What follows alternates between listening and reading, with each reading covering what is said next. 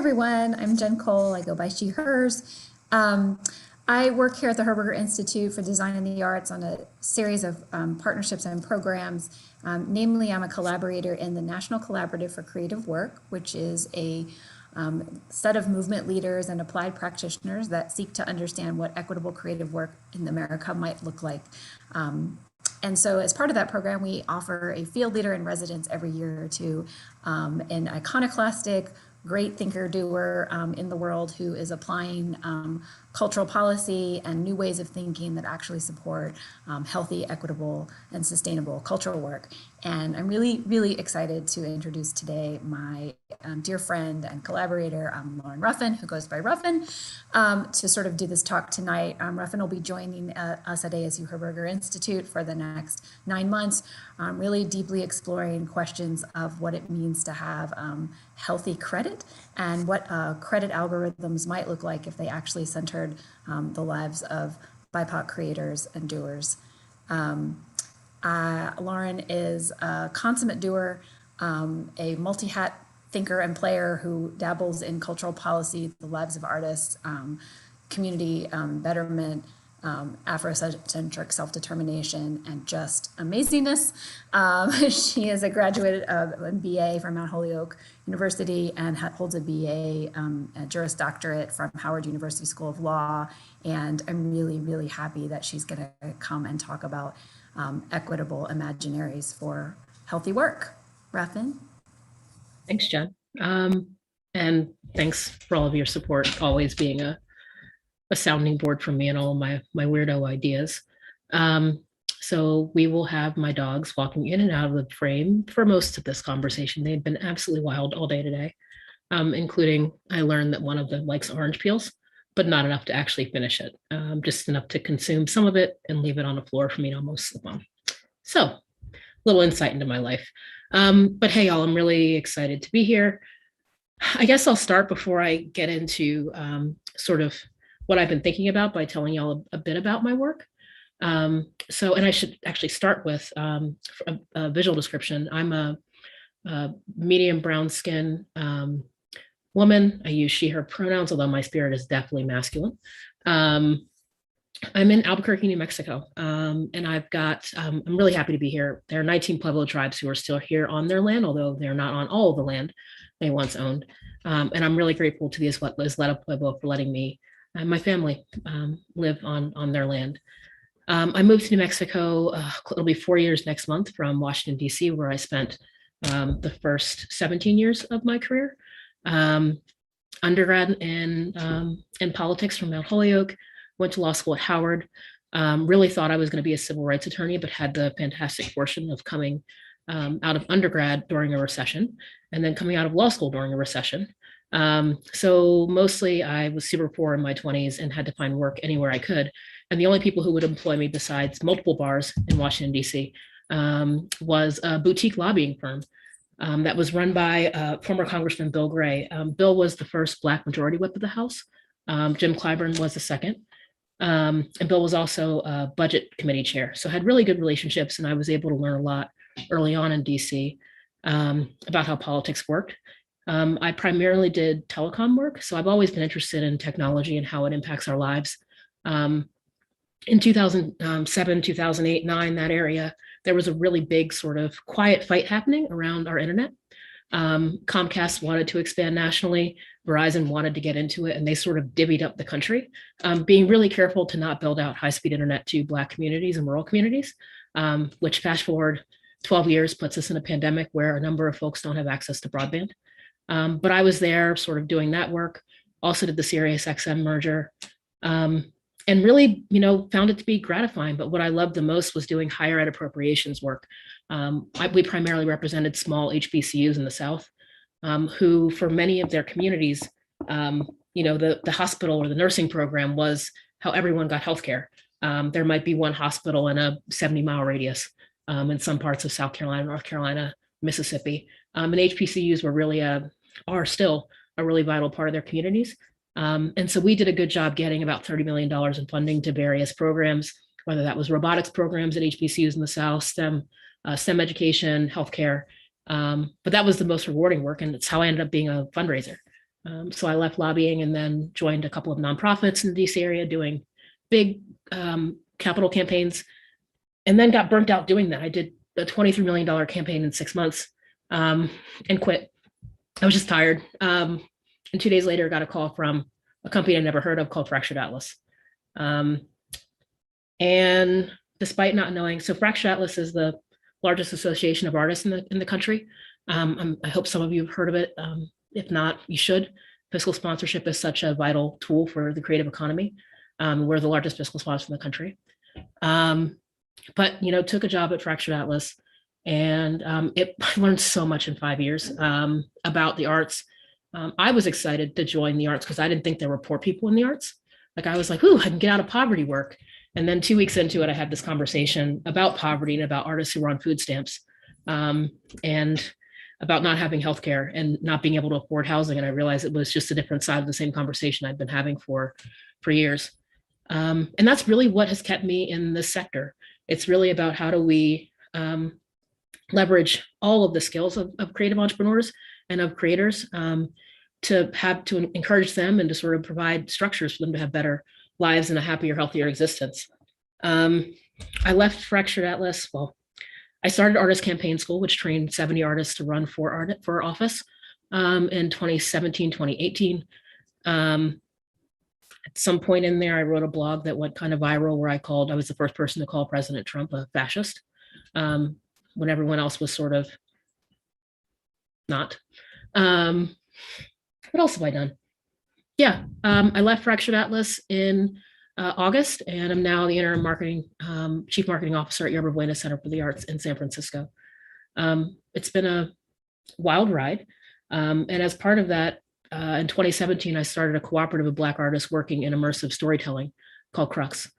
I was getting there. See how I wove that in, Jen? It was super smooth. You thought I was done. And then I took the plane back up.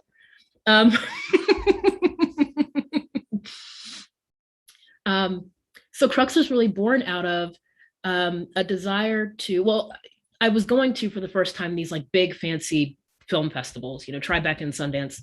And there were Black and brown women mostly making this incredible work, but they were doing it with $75,000, split between 5 people living in New York, which was just insane to me. And they'd have this beautiful exhibit that was well thought out. They'd have, products and sort of a full tale story with plot and character development.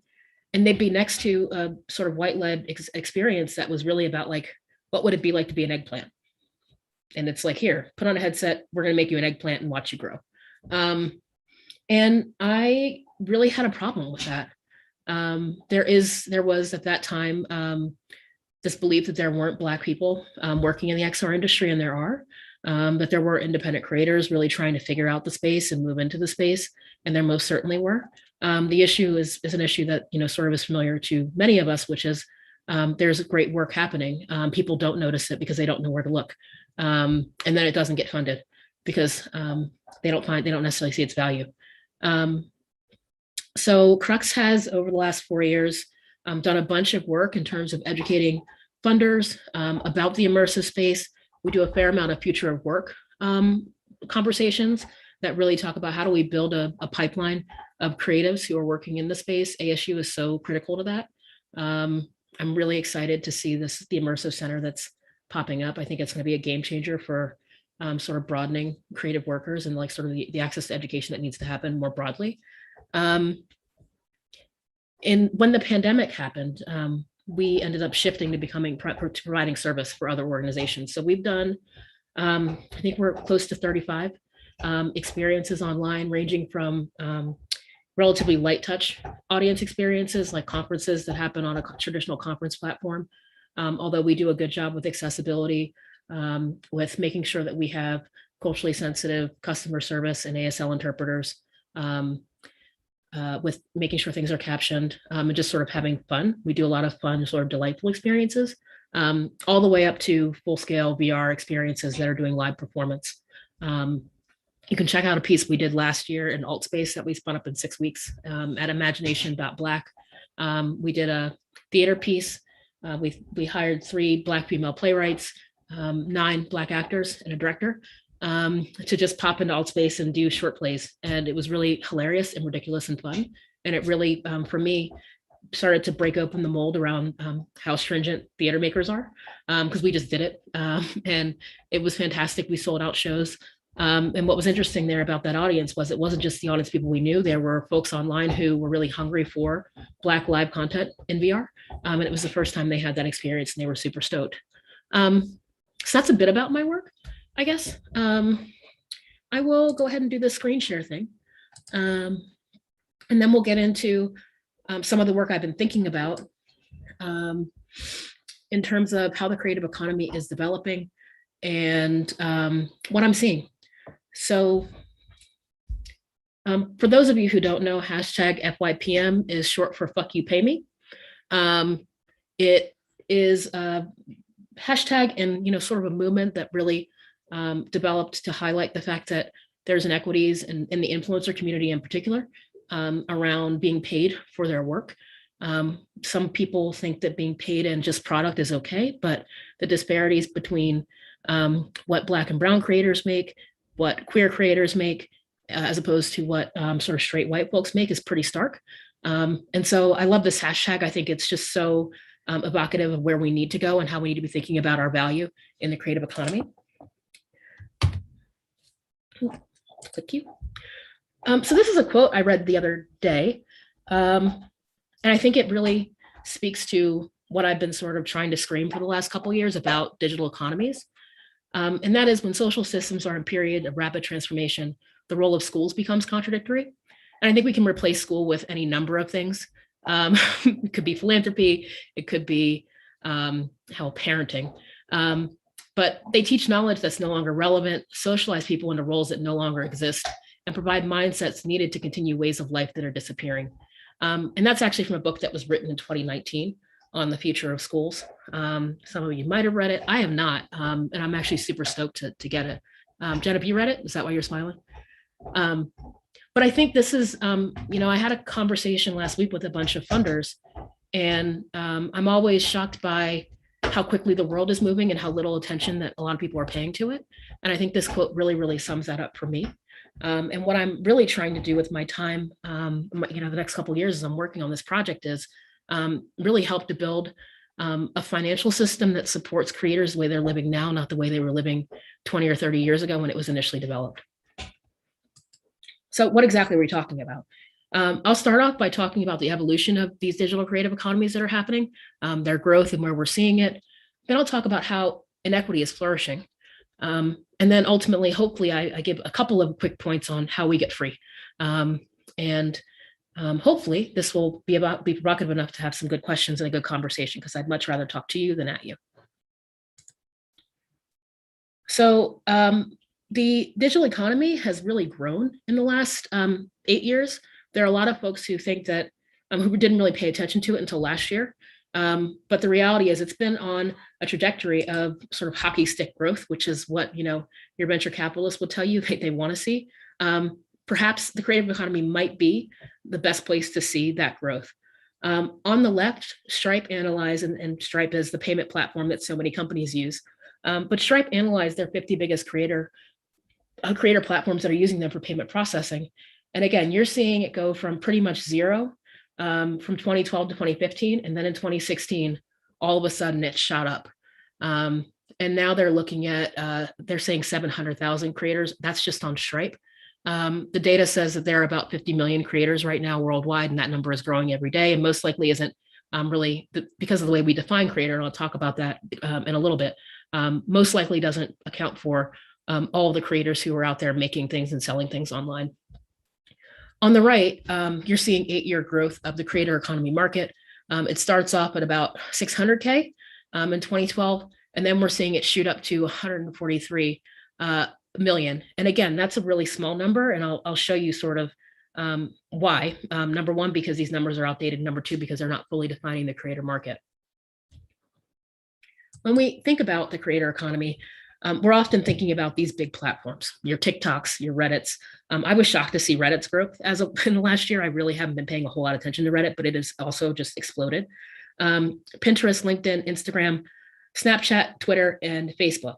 Facebook, despite all the attention we pay to it, is actually not a company that's not really growing anymore.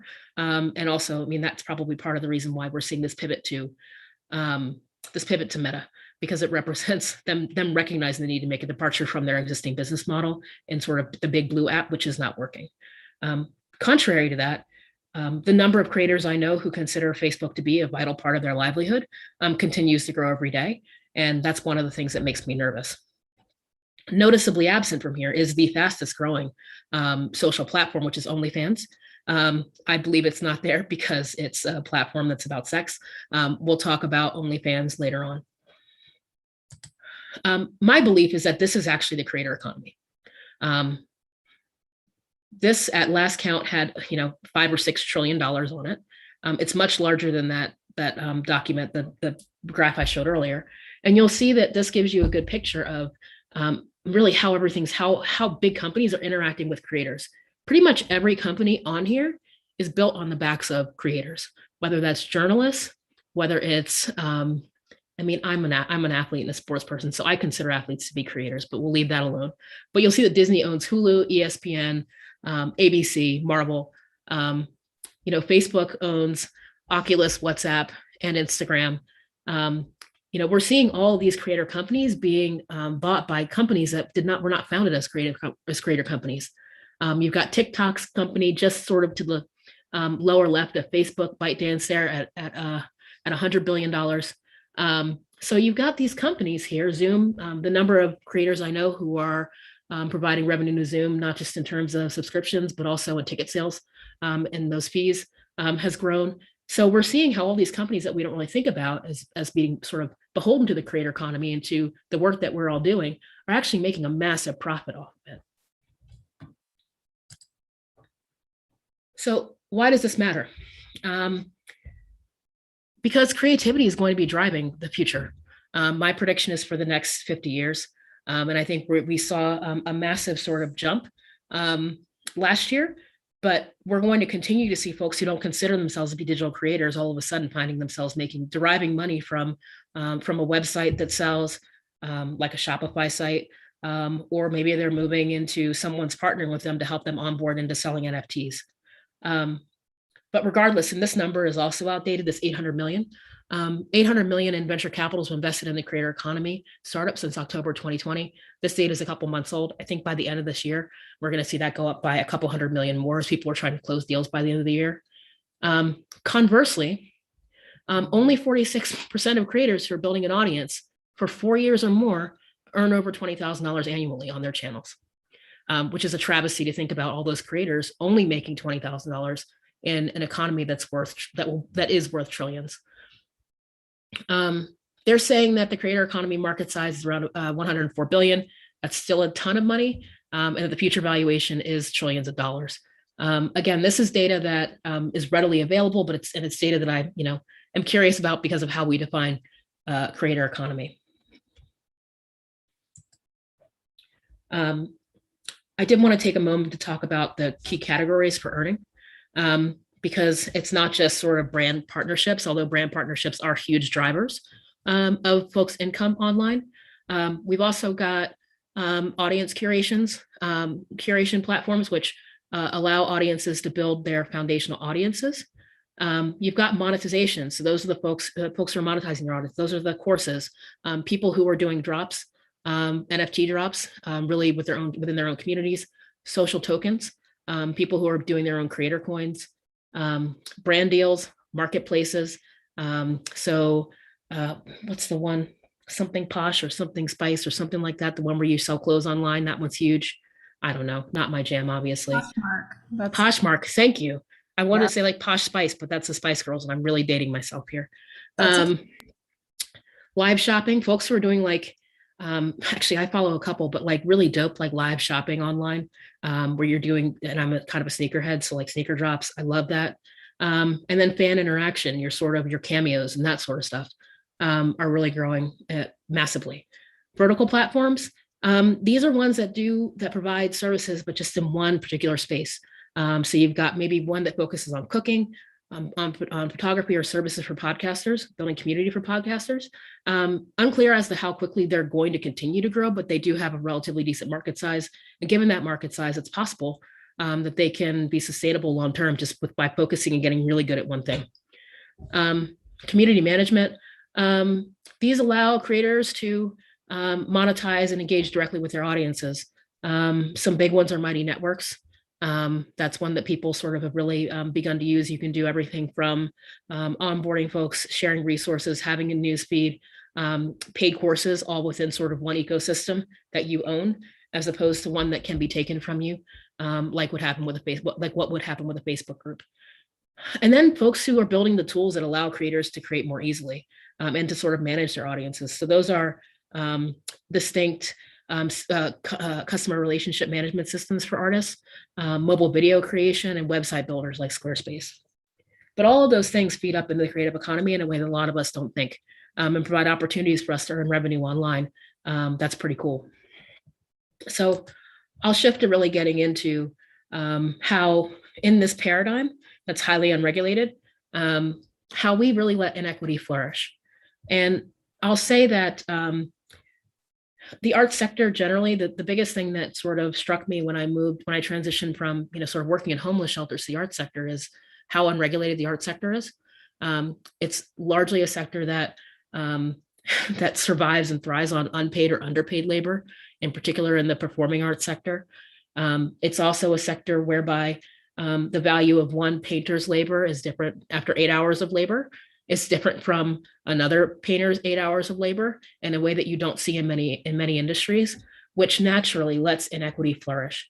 We see this increasing online because the companies that are paying creators and the platforms that are allowing creators to earn money are highly unregulated and also have the ability to scale faster than some more regulated industries like manufacturing or manufacturing is the first, education. There are no unions and government really isn't paying attention to how little people are making on platforms. There is also this notion that getting paid in exposure, which I know we all know is problematic, is adequate compensation for artists, and that cash is not. So the influencer data in particular is really grim. These are sort of some graphics from Fuck You Pay Me, which is essentially Glassdoors for digital creators. It is an app that lets you, if a brand contacts you and says, I want to give you $1,000 for this much, you can go on there and see how much they paid other people based on their demographics. It's a really helpful transparency tool for any of you who are thinking about making your money online. It'll give you a sense of what the baseline for your work is. So, on the straight influencers, on the far left, sort of your highest straight influencers make $250,000 a year, whereas your highest LGBTQ influencers make $15,000 a year. The inequity is stark. The racial divide is even worse. Your top white influencers making $250,000 a year. Your top Black influencers are making $1,500 a year. And then men. And this graph really gets into the cash compensation versus product. What ends up happening is straight white influencers are offered cash for their time and product, whereas women, people of color are offered just product. And it's typically the product they're using to demo while they're doing videos. So men received 73% of the time they received cash compensation. Women, 46% of the time they received cash compensation. And genderqueer and non-binary folks, 29% of the time did they receive cash compensation.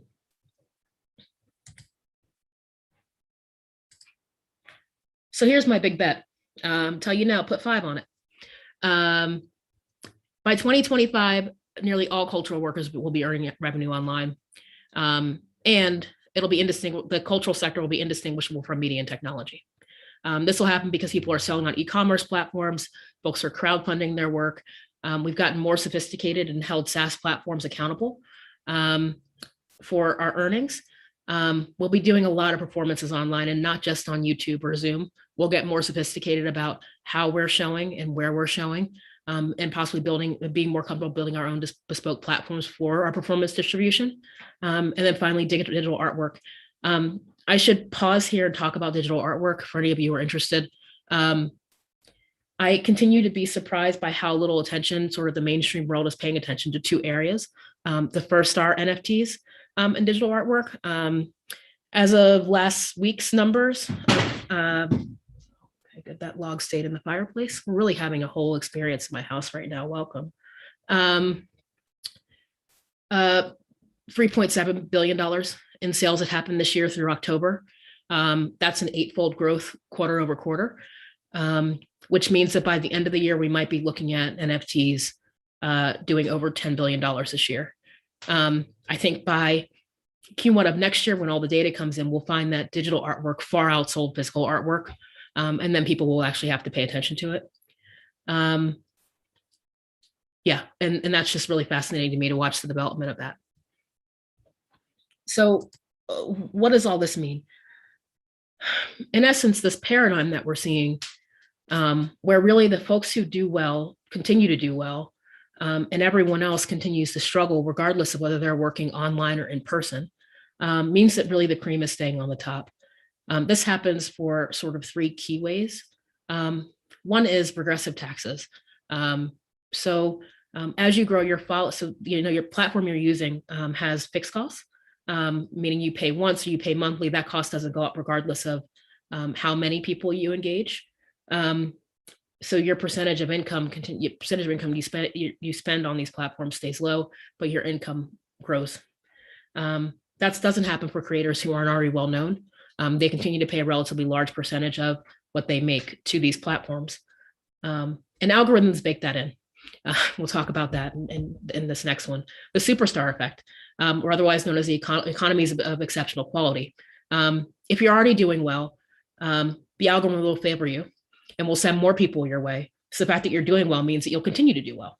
You have an increased chance of success for your next project. Conversely, if you haven't done well yet, you'll never do well because the algorithm will continue to put you to the bottom when people are searching for content or for people to work with. And then finally, there are not any costs to scale. There are no marginal costs. So for most of these platforms, you can scale to millions of people, and it won't cost you any more than if you have one fan. And so that really eliminates costs from anyone having to pay as they continue to get massive growth without an opportunity for other folks to find a way in. And so there are a couple of examples. Roblox, the top game creators account for 20 to 25% of all their users. On Patreon, only 2% of creators made the minimum wage federally, $1,160. And then Spotify, artists need 3.5 million streams per year to earn minimum wage, which is really, really unacceptable. In particular, my heart goes out to musicians. They have a really, really hard time making money online. They're dependent on touring, and no one's really innovated in the space in a way that really supports them. A few more case studies. And this will get, as we begin to talk about getting free and liberating ourselves from these platforms, these are just 3 recent examples of companies that, because they are unregulated, they've engaged in some pretty dastardly behavior on the backs of creators. So hopefully many of you read about how OnlyFans all of a sudden decided to ban sex workers from their platform a couple months ago. OnlyFans is critical for, in my opinion, as a place for sex workers to be able to do sex work safely, for us to really redefine what sex work is. And also, I do some work with a cooperative of sex workers called, the website's peep.me. They're building a worker-owned OnlyFans. And they've been really clear about the fact that for many women and female presenting folks, sex work is a means to middle class. Being able to do that safely online is actually critical to their liberation. And they all were well aware the reason they wanted to build this platform that was worker-owned because they knew deplatforming was coming. OnlyFans has made a number of overtures to fans. They were doing an Only Family campaign at one point last year, where they were doing family-friendly content on the platform. So these workers knew it was coming. They're accustomed to being deplatformed across all platforms. But deplatforming is actually a really violent mechanism towards content creators when they are deemed to not be helpful to platforms' growth or to platforms being able to access venture capital because of vice laws. The second one is Patreon. A couple of years ago, Patreon randomly increased their fees for creators. The creators lost their shit, and Patreon quickly changed their mind. And I should say OnlyFans did too. OnlyFans has already started shadow banning folks. So it's only they've only rolled that back in sort of I don't know, in public. In private, they're still deplatforming folks. They just didn't do it all at once. Patreon rolled back their fee increases, but again, you know that they did that the same year. They raised $60 million in venture capital at $100 million valuation. So when you start looking at these numbers, as soon as a company raises venture capital on the backs of creators, they begin to turn their backs on the people who helped them get successful.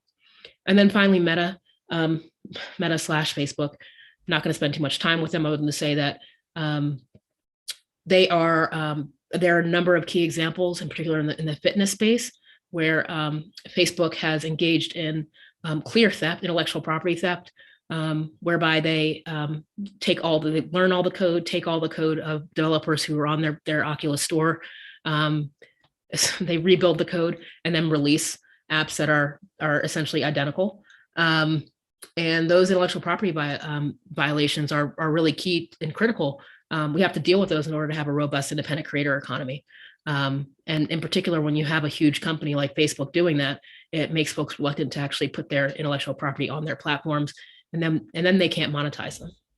Hey, Ruffin, will you explain shadow banning for a sec? We've had a question about Oh, sure. That. Shadow banning is when your account is no longer visible to folks. You can't tell that you're blocked, and your fans can't tell that you're blocked, but you are blocked. And the only reason people figure this out is because they'll be like on the phone with a friend or texting a friend about a post they just made, and the friend's like, I don't see your post. It happens happens very, very quietly. And their Instagram shadow bans folks all the time, and OnlyFans has started too. You might remember a couple of months ago when there was a TikTok strike. The TikTok strike was both about inequity in terms of payment for Black and Brown content creators, but was also about the fact that the algorithm penalizes folks who use words like Black Lives Matter and essentially shadow bans them from the platform. So how do we get free? Got a couple ideas. And you know, when you're putting together a deck and you put in a word for stock video like free, it was like all this stuff that I would never do. But the one that I wouldn't do the most is skydive. But it's like people at the beach just sort of spreading their arms wide. And I'm like, I would never go to the beach and just be like, oh, this is beautiful. It was so weird. But this one, like, I get free by jumping off. I mean, maybe, I don't know. It's not my jam. Anyway, sorry, I digress. But fun video. Still following. Let's rethink ownership. So the current model is that platforms are owned by founders and shareholders, and occasionally happens to include their workers. It rarely includes the customers who are actually putting money into the platform. The real priority is to shareholders. A better model is for us to really think about platform co-ops. They also have the potential to scale exponentially. And because all their workers are owners, they have more worker protections, and also have the ability to make users members and owners of the company. It's a more sustainable model, and also will protect from some of the financial inequity that we see here, because everyone on the platform has an ownership stake in the platform. We can also rethink policy. Currently, and Jen and I have had so many conversations about this, you know, creative policy is considered separate and distinct from other policy sectors. So we never think about artists as being in community with homeless families. And we never think about artists as being in community with folks who are in unions. And a better model would be to really train folks and to rethink our cultural policy, to engage with groups on the ground who are already doing the work, and figure out how we plug in, because they've actually got some wins. And I think that artists would lend a huge hand in terms of helping folks articulate messaging and getting out on the street, but we continue to go it alone, and that's at a detriment to all of our goals. And then finally, let's rethink finance. And this is my project here at ASU. What I've noticed is because the financial sector has not evolved as quickly as the creative digital economy, many freelancers and digital creatives lack access to capital to enter the middle class. I'll give you an example. If you are someone who's making money on YouTube, and one month you make $1,200, The next month you make $6,000. And the third month you make $300. There's no way that any bank or current lender knows what to do with your income because it feels unstable to them to be able to underwrite a loan to you, even a small one. That means that we have essentially an entire generation of folks, and people my age included, who aren't going to be able to get mortgages, who can't get small business loans, who can't get loans for equipment, who have a hard time getting credit cards. They're going to be locked sort of in a basement of being able to grow their creative businesses. So what we need is a network of lenders who really understand the digital economy. Ideally, they're doing character-based lending, which is really rooted in community. It's how lending was done up until the 80s, which was really, I go to my bank, my banker is my neighbor. He knows that I have a job with our friend at the grocery store. He knows it's a regular job and that I'm a good worker, and he decides to give me a mortgage. Those loans have very low default rates because they're all happening in community. There is a relationship between the lender and the person who's taking out the loan. And in addition, everyone in community has understanding of their communities. And so we need lenders who really understand creative businesses. And as a result, are able to leverage new lending tools that hopefully I'll be developing to be able to assess people's credit score and how much we can lend to them. So what's next for me? So I'm currently doing focus interviews with folks who are in the character-based lending space to learn more about the pain points in their process. Most of them are doing everything is manual. So people are coming to their physical office, or they're jumping on Zoom, they're going through people's finances, they're building a relationship there. And I think that's really important work. What I'm curious about is, does every part of the process have to be done in person? Because if they're doing it in person, it's impossible to scale. And we want as many creative entrepreneurs to be able to access capital they need as possible. And so recognizing the importance of relationships, but also finding that balance with speed and scale is something that I'm thinking a lot about. I'll be working with my team to develop an app that issues more accurate credit scores. People often call them alternative credit scores, but I don't like that. I think credit scores, actually, I should not say I think, credit scores right now are not accurate. They do not take into account the fact that many people are lending and earning money on apps like Cash App, PayPal, Venmo. And so what I want to do is build an app that gives a holistic view to credit scoring, while also educating young entrepreneurs about finance with a gamified experience. And again, we'll start off doing the credit scoring manually, but what we want to do is build an AI that's going to learn how to do this work, and also have an AI that's auditable, so that when someone is not able to access credit, we're going to be able to tell them why, as opposed to having that sort of information go into a black box and come out with just an answer and no reasoning. I'll be teaching a course. I believe that course will go live in the next couple of weeks. I hope that y'all decide to join me for that. It'll be in, what is it, the B session? The B side? I'm gonna call it the B side because that's doper. That's where all the good music is. It's the B side, yeah. It's definitely where the good tracks are going to be played for sure. Yeah. So I'll be doing that in the spring. And then ideally somebody, myself, my team, my friends, everybody's working on this will make shitloads of money from enterprise lenders, the bad guys, and we'll give it back to the community. So that's what I've got going on. This is how you can get me online. I'm obsessive about getting my name. I missed out on Instagram, but I got my last name on Twitter. So I'm pretty easy to find. And that's my bit. I'll stop sharing. And if you have any questions, I'm happy to have a conversation. So I'm happy to moderate questions. If you have them, put them in the chat and talk about that. I'm going to ask a question to start off while I kind of give folks time to put forward questions. So talk a little bit more about what currently is counted in a credit score and some of like the philosophy of a real accurate credit score that you kind of want to move towards. Yeah. What is currently in a credit score? Well, first, how much credit you already have. If you don't have any credit, you don't have a good credit score. And if you have a lot of credit and you use too much of it, you also don't have a good credit score, which is a little bit asinine. If you have credit, you should be able to use it. And if you don't, you should be able to get it. And they're pretty easy about giving it to you, but once you start to use it, they freak out. Other things that show up in credit scores, people have been fighting for decades to get federal student loans off of credit scores. about a decade ago, there was a bankruptcy relief bill that was passed that allowed people to get debt relief from everything except for federal federal student loans. Our country spends more trying to collect defaulted student loans than they would if they just forgave them, which is a fascinating data point. If we forgave them, the government would spend money, but we're obsessed with making sure people we don't think should have money that don't get it. Other things on your credit score, if you've got any loans, personal loans, car loans, that sort of thing is on a credit score. Medical bills used to be on a credit score. They're no longer, which is great. Has been fantastic for unlocking some capital in communities of color, in particular because we have poor health outcomes overall. So again, the racism is sort of baked in. But those are some of the things that are in there. You know, mortgages pop up in there, but there are things that are noticeably absent.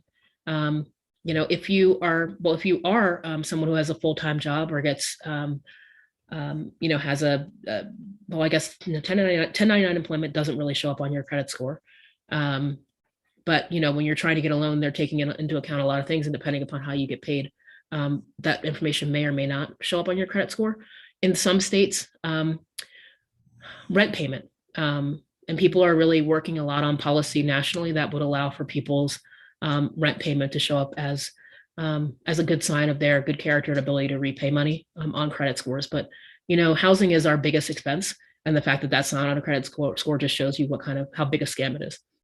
Yeah, I mean, the reality is the average culture worker in this country is a gig worker who's working 6 to 8 gigs, and they make pay inconsistently. And the number one thing folks want before credit is extended to you, to buy a house, to get a loan, to start your business, to do anything, is consistency of income. And so, you know, all of these sort of points, you know, don't really point to the 50 million people you're talking about, and particularly the 50 million BIPOC and femme presenting people who are, you know, most locked in at the bottom right now in this whole sort of space, which is why it's kind of critical to change it. What else? Other questions folks have?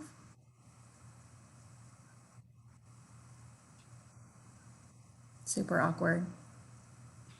Talk to me about kind of Kimberly just turned their video on. We might have a question. Ooh, Kimberly, yeah. Hi, Ruffin. Thank you so much for your talk. I don't have a formulated correct question, but I'm mind boggled at the stat. Did you say 3.2 million streams a year to make minimum wage? Just over 3 million streams is what a musician has to make minimum wage on Spotify. Yes. Is there any information about how that's like how that's legal? That, you know, how that's legal? Yeah, exactly. Yeah. Well, I mean, going back to that first quote about how far behind we are in terms of like doing policy and educating people on what's happening right now, like our Congress is, you know, woefully negligent in this space. There's no reason why a platform should make as much as Spotify and not pay workers and not set up a system where their musicians can make money. That being said, the folks who are doing well are folks who are podcast networks. You know, if you sort of band together and have someone to negotiate on your behalf about the value of your work, they do okay. But your independent creator is sort of left out in the cold. Thank you. Todd has a question. Your thoughts and concerns about using AI in making decisions. There's a lot of positive examples of AI that don't reinforce disparities, but how do we protect against lenders reinstating redlining? Yeah. I mean, and I think that's why I'm really key that, like, well, there's some interesting data. There's a journalist on Twitter who I love, Oscar, why am I forgetting Oscar's name? Oscar Perriabello, who does fantastic threads on all sorts of economic issues for BIPOC communities. And he did one last night on credit unions. You know, Black communities disproportionately have more credit unions. They're often based in churches, and they have very few staff, and the staff they have are often volunteer. They're doing mostly character-based loans. They're also scrutinized because regulators will look at folks who don't sort of pass muster, who shouldn't get the credit they get, and then they begin to regulate folks who have more heavily people who actually extend credit to those people. which is an additional burden on volunteer staff, right? I think it's key for us to provide inexpensive tools for these folks to be able to do lending. We also have to get to the root of credit scoring and make a legitimate case for the fact that credit scores aren't accurate. And so we can get accuracy, and they're not accurate for anybody, right? Like they just aren't. It's just not actually a BIPOC issue. It's an issue for anyone who is not wealthy, and most of us are not. I think it's key for AI to come out of Black and brown communities, because we'll be really clear about our expectations around ethics and around how AI is used. And I think it's critical that we begin to have some regulation around the fact that any AI that's used for lending and in the financial sector, I think they all should be, but I'll just say, because Black and brown communities have been deprived of our labor and our wealth for so long, that in the financial sector in particular, it has to be auditable. You have to have an AI that's able to tell you how it arrived at its decision. And I also don't think that AI should be the be all end all. I think you should be able to, I think a person should be able to look and have a conversation with another person about the same data that was put into AI to tell them how they arrived at a decision. And I think, I'm working with a collective right now called Open Collective, who sort of just who was rejected from being able to take blockchain payments. And it was an AI who denied it, and they were not able to tell us why the AI did it 2 days ago. And I think, those sort of decisions, which are locking people out of access to capital, are really problematic. But I think it starts with making sure that our communities are able to develop technology that works for them. It's a great question, Todd. Other questions?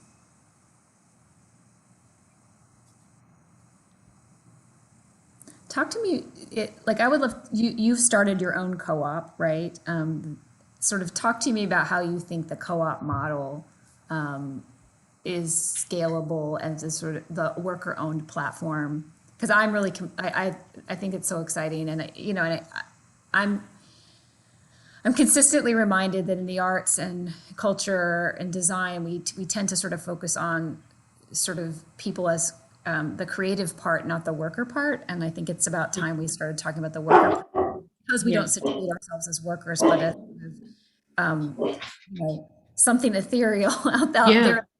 It means we get left out of these conversations about basic labor protections and access to capital that are critical as this whole system is upended in the last 8 years, right? And it's getting, and the speed of that upending is going every single day. And so I just, no, I feel you on that. I mean, I will say on the worker protections, I mean, I've had some pretty disturbing conversations with folks who run arts organizations about things like minimum wage. Like our sector was noticeably silent on the minimum wage push last year, like really quiet. And it was the workers who went out to try it, mostly in the restaurant industry, who did a really good job advocating for fair wage. But as a primer, the only difference between co-ops and a traditional business, it's twofold.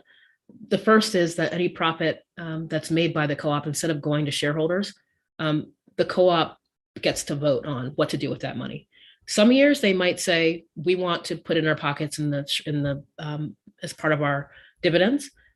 Some years there's a clear agreement on, we need to invest in infrastructure. We need to take this surplus and really invest in health insurance.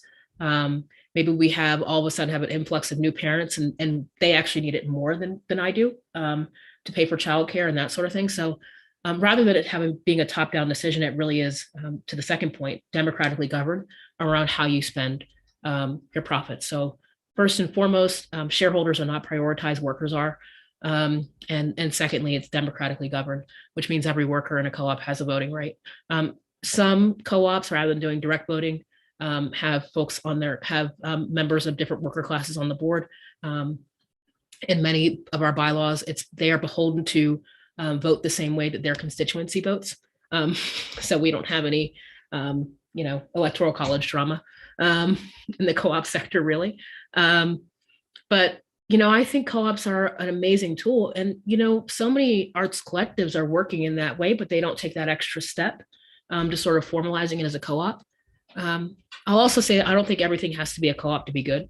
I think we should use multi-member LLCs more often, whereby you have 10, 12, 20 people come together and form something together, and they all have equal ownership that gets you the same place as a co-op with, much less in the way of sort of setup fees and bylaws and that sort of thing.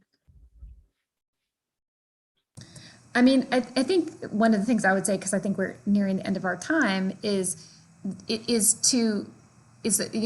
for students, for faculty, for us to kind of, this is kind of this like the untalked about part of art and design school, right? That we're sort of talking about creativity, we're talking about practice, we're talking about technique, but we're not talking about the sort of world in which that is all functioning. And it's an urgent issue at the policy level, at the practice level, and at having these conversations and talking about real data that is sort of driving the world in which we situate our practice is really important. And So I hope that folks will keep bringing these up in class, pushing these articles, like reading this data, take Lauren's class.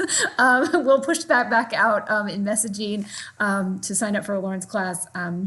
But I think we have to as creative people also advocate for the creative life that we want, and not just accept sort of the norms, which were, written in a very racist structure, and, from the early 20th century. Mm-hmm. So I think it's about time that we sort of reimagine those, and the way we do that is through collective organizing like this and conversation. So I want to, Garrett asked a question. Let's ask that one. Garrett, I like how you've done this name. Garrett! I might do that to my Ruffin. I might add some extra eyes. Sweet. No, it's not too late, Garrett. We can talk about that. Mm-hmm. Platform regulated utilities or expropriate. How do you envision the role of state in the operation of media platforms? So on that first one, I'll go all the way back to talking about working with Comcast.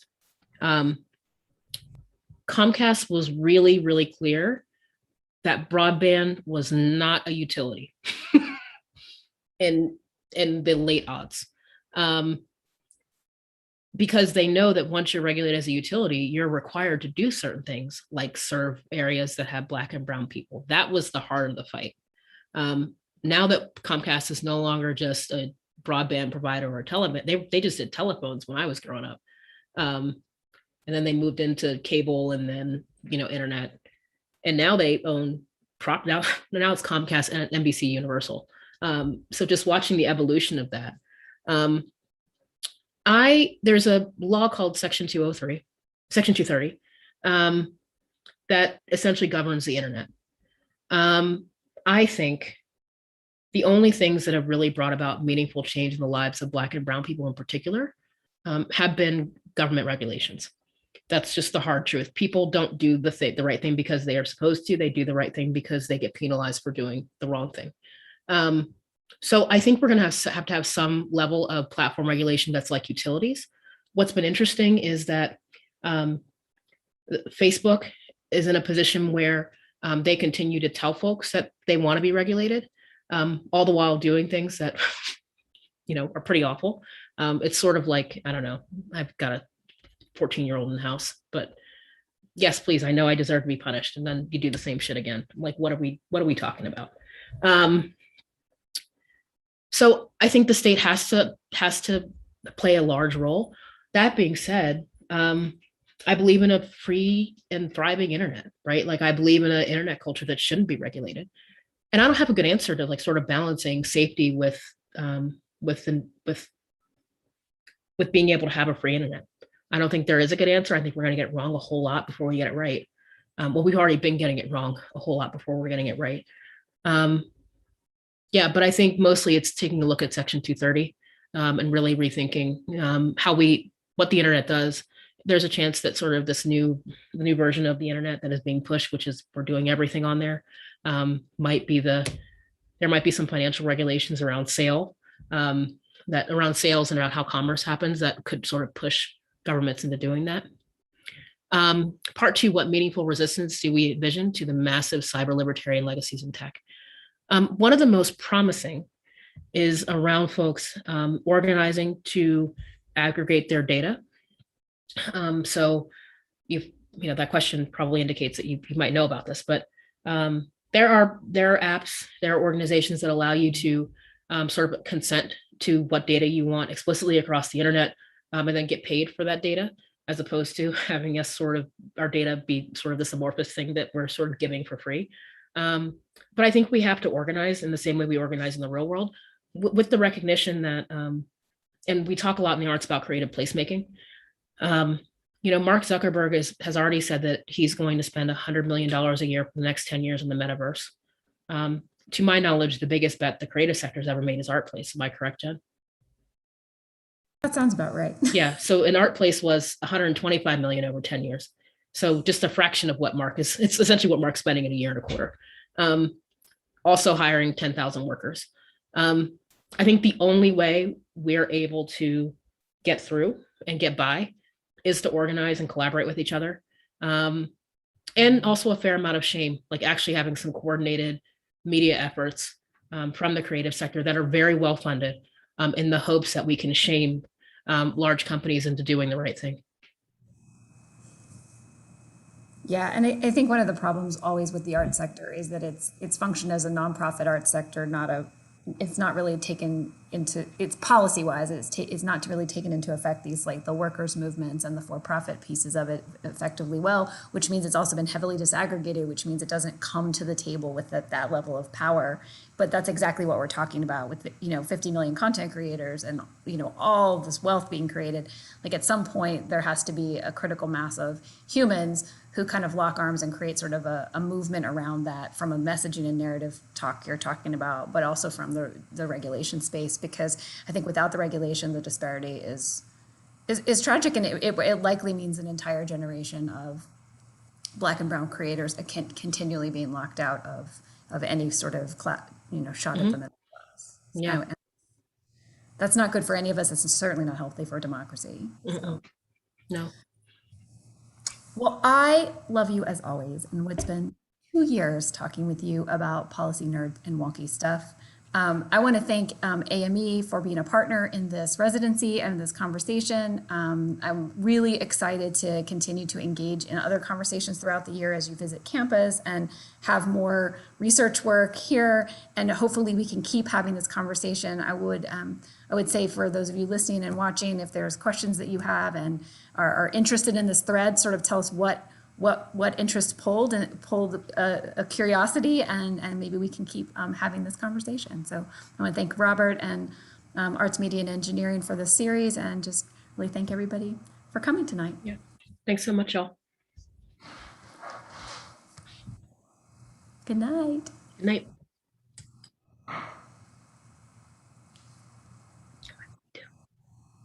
You can hang up. Okay.